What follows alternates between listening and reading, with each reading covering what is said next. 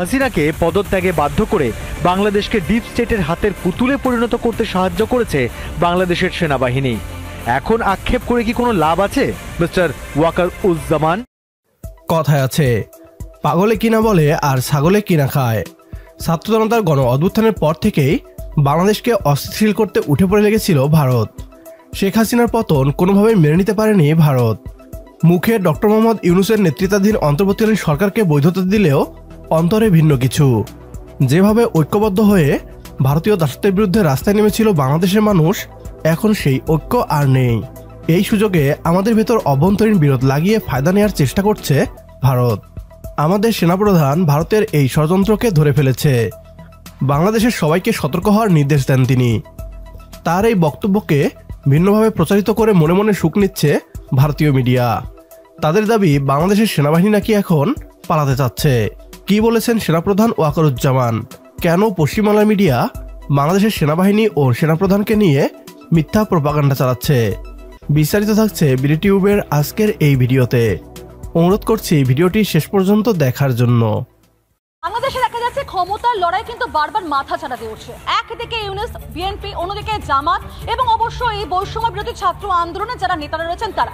কিন্তু এই পরিস্থিতি যদি চলতে থাকে তাহলে আগামী দিনে বাংলাদেশের পরিবর্তন বা তার অবস্থার কি রূপ হতে চলেছে তা নিয়ে কিন্তু একটা বড়সড় প্রশ্ন এই মুহূর্তে।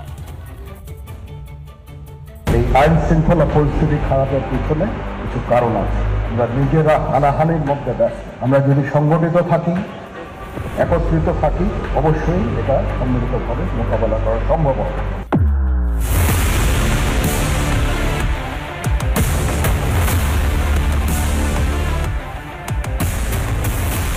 হাসিনাকে তাড়ানোর জন্য যারা হাত মিলিয়েছিল তারাই এখন ক্ষমতার জন্য একে অপরের সঙ্গে লড়াইয়ে ব্যস্ত। পরিস্থিতি যে ক্রমশ হাতের বাইরে চলে যাচ্ছে সেটা টের পেয়েছেন বাংলাদেশের সেনাপ্রধানও। তাই খোলা মঞ্চ থেকে তাকে বলতে হচ্ছে লড়াই থামানোর কথা। আমরা নিজেরা হানাহানির মধ্যে ব্যস্ত, একজন আরেকজনের বিরুদ্ধে বিষোদ্গারে ব্যস্ত। আমরা যদি সংগঠিত থাকি, একত্রিত থাকি, তাহলে অবশ্যই এটা সম্মিলিতভাবে মোকাবেলা করা সম্ভব হবে। ক্ষমতার জন্য শেয়াল কুকুরের মতো লড়াই, এই দেখে বাংলাদেশের সেনারও নাভিশ্বাস উঠেছে। তাই যত তাড়াতাড়ি সম্ভব নির্বাচন করিয়ে তারাও এখন দায়িত্ব ছেড়ে পালাতে চাইছে। ওয়াকারুজ্জামানের বক্তব্যই স্পষ্ট, একটা ব্যর্থ রাষ্ট্রের দায়িত্ব আর নিতে চাইছে না সেনাও।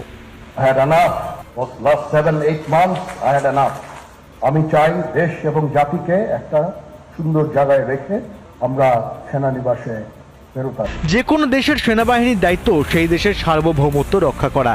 অথচ হাসিনাকে পদত্যাগে বাধ্য করে বাংলাদেশকে ডিপ স্টেটের হাতের পুতুলে পরিণত করতে সাহায্য করেছে বাংলাদেশের সেনাবাহিনী।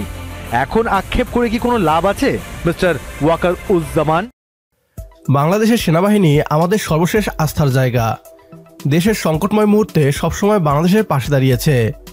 বাংলাদেশ এই মুহূর্তে তার সবচেয়ে গুরুত্বপূর্ণ সময় পার করছে, যেখানে ভবিষ্যতে স্বাধীন ও দাসত্বমুক্ত বাংলাদেশের বীজ রোপণ করা হচ্ছে। ভারত জানে বাংলাদেশ সেনাবাহিনী বাংলাদেশের মানুষের শক্তি। এবার তাই বাংলাদেশ সেনাবাহিনীকে আঘাত করা শুরু করেছে তারা। বাংলাদেশের মানুষের মাঝে ইতিমধ্যেই বিভেদ সৃষ্টি করেছে বাংলাদেশের সেনাপ্রধান সবাইকে সতর্ক করে ঐক্যবদ্ধ থাকার নির্দেশ করেছেন। এটিকে ভিন্নভাবে ব্যাখ্যা করছে পশ্চিমবাংলার মিডিয়া। পশ্চিমবাংলার দাদারা যেমন ব্যর্থ হয়েছে স্বৈরাচারকে টিকিয়ে রাখতে, ঠিক তেমনি সেনাবাহিনীকে নিয়ে প্রোপাগান্ডা ছাড়াতেও ব্যর্থ হবে, এমনটাই নির্দেশ করছেন সেনাপ্রধান জেনারেল ওয়াকারুজ্জামান। সেনাপ্রধানের সাথে একমত হলে কমেন্ট বক্সে ইয়েস লিখে জানিয়ে দিন আমাদের। সেই সাথে ভিডিও শেয়ার করে দেখার সুযোগ করে দিন আপনার বন্ধুদের। পরবর্তী ভিডিও দেখার আমন্ত্রণ জানিয়ে বিদায় নিচ্ছি আজ। আল্লাহ হাফেজ।